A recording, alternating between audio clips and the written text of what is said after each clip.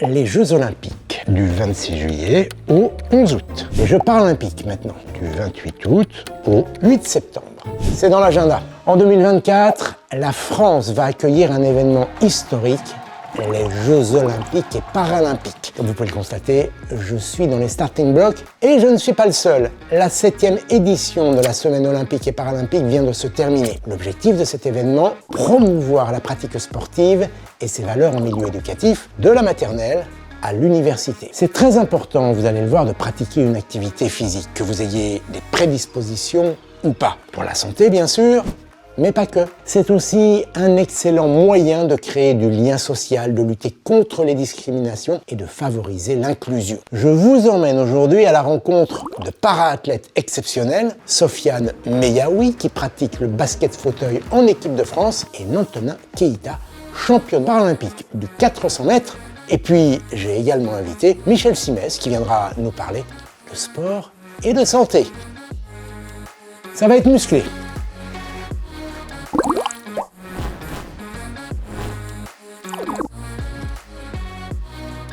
Sofiane m'a donné rendez-vous au gymnase de Gennevilliers. En attendant de représenter la France aux Jeux Paralympiques de 2024, c'est ici qu'il s'entraîne avec ses coéquipiers du club Hurricane 92.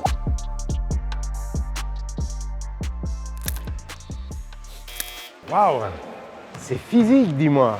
Vous vous entraînez souvent comme ça? Assez souvent, parce qu'on essaie de travailler en même temps le cardio et en même temps de se mettre en situation de match. Et tout ça, c'est dans la prévision des JO? On prépare les Jeux Paralympiques 2024 et pour ça, on a avant tout le championnat du monde au mois de juin, championnat d'Europe au mois d'août et un tournoi qualificatif au mois de septembre. Ça fait un programme très chargé.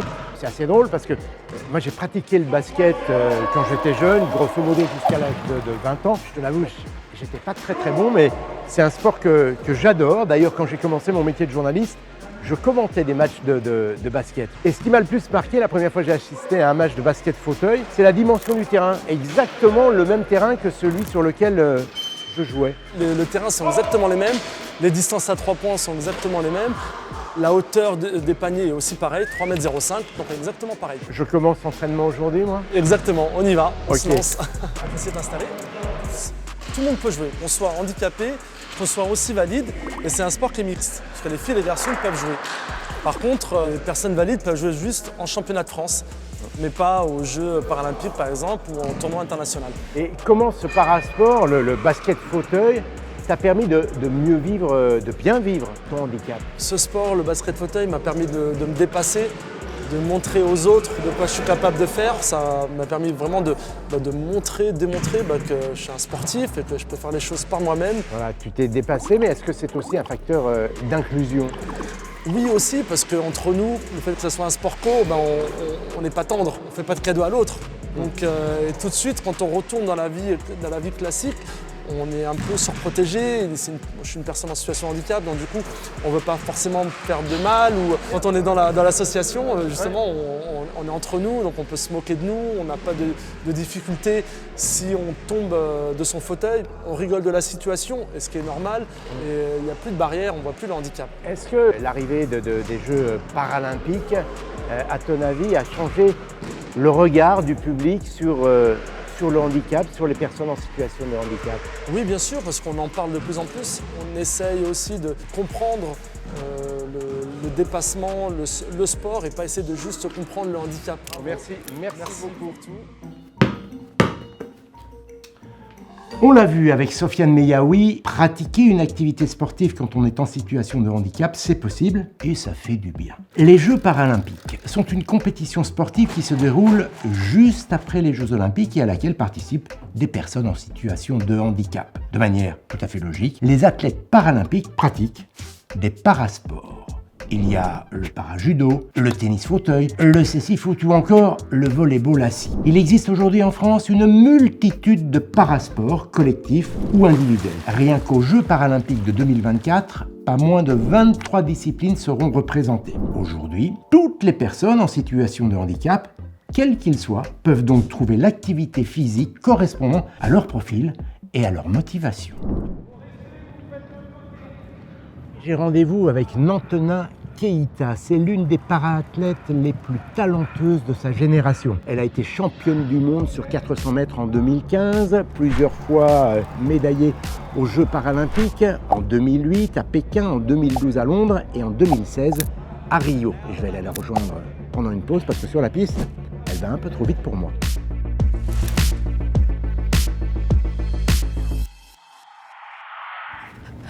Bonjour Antonin. Bonjour. Alors toi, ta discipline, c'est le para-athlétisme, plus précisément le 400 mètres. Exactement. Et alors quand on te voit, l'aisance avec laquelle tu te déplaces sur la piste, c'est très impressionnant. On a même du mal à imaginer que tu es malvoyante. Alors moi j'ai un handicap visuel, un handicap de naissance, parce que je suis albinos, et quand on est albinos, dans 99% des cas, il y a une déficience visuelle qui est accompagnée. J'ai un champ visuel qui est réduit, parce qu'en fait j'ai beaucoup plus de facilité à voir sur le côté que de voir en face. Et tu t'entraînes régulièrement? On est sportif de haut niveau, donc on a les mêmes exigences que tout sportif de haut niveau. Si les règles sont les mêmes, peut-être qu'on peut aller s'entraîner ensemble. Je t'invite à venir avec moi. Tu vas me servir de coach? Ouais. Okay.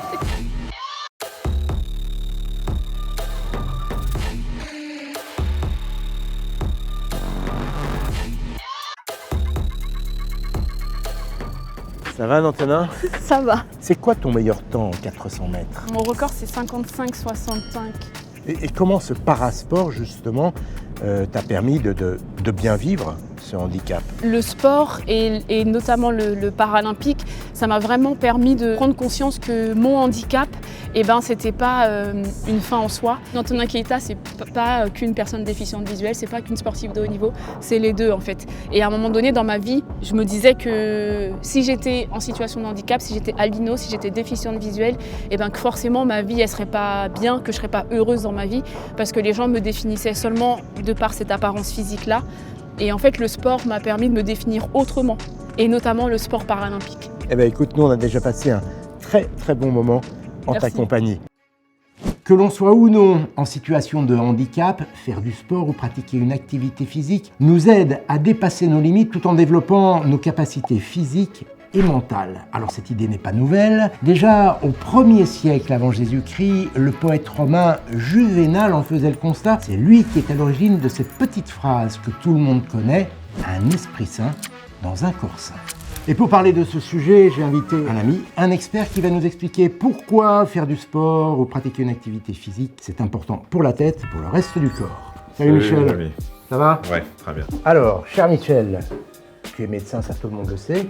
Tu fais également pas mal de sport et tu es aussi ambassadeur santé de Paris 2024. Pourquoi est-il si important de faire du sport pour la santé physique et mentale aussi? Les recommandations sont très précises, elles ont été données par l'Organisation mondiale de la santé. Tu sais qu'on parle souvent de 10 000 pas par jour, on oublie ça. Surtout, il faut retenir 30 minutes d'activité physique quotidienne pour les adultes. 30 minutes pour les adultes, on recommande le double pour les enfants les plus jeunes. Pourquoi tout ce temps chez un enfant? Parce que c'est indispensable et qu'on est dans une situation catastrophique en France sur le plan de l'activité physique chez les jeunes. L'Organisation mondiale de la santé a fait un classement sur à peu près 145 pays dans le monde sur le niveau d'activité physique des jeunes.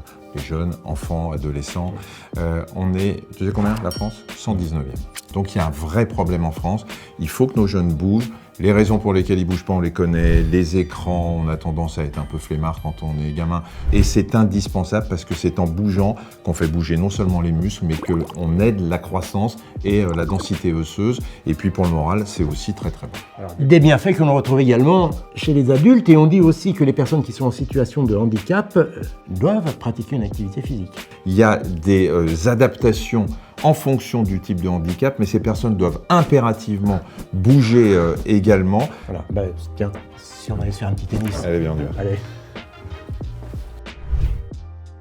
Ouh, ça m'a mis en forme ce petit tennis avec Michel. Je vais poursuivre l'entraînement à l'école. J'ai rendez-vous avec les élèves d'une classe de CE2 de Clamart, l'école Charles de Gaulle. Bonjour les enfants. Bonjour. Et bonjour Florine. On va apprendre à jongler, puis après à jongler avec une mobilité réduite. Et c'est beaucoup moins facile, hein? Alors qui a gagné? Où est le vainqueur? Bravo! Nous allons faire épreuve cette fois-ci de football, puis après de sisyphe. Contre droit, milieu.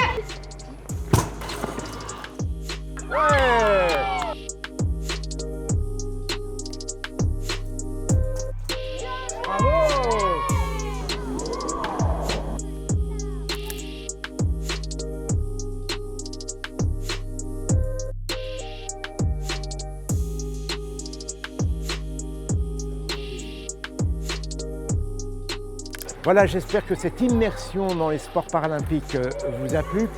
Comme vous avez pu le constater, les parasports favorisent l'inclusion. On peut tous les pratiquer, que l'on soit en situation de handicap ou non.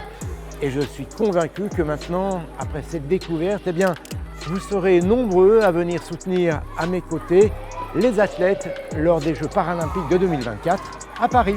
Allez, à très bientôt en petite foulée.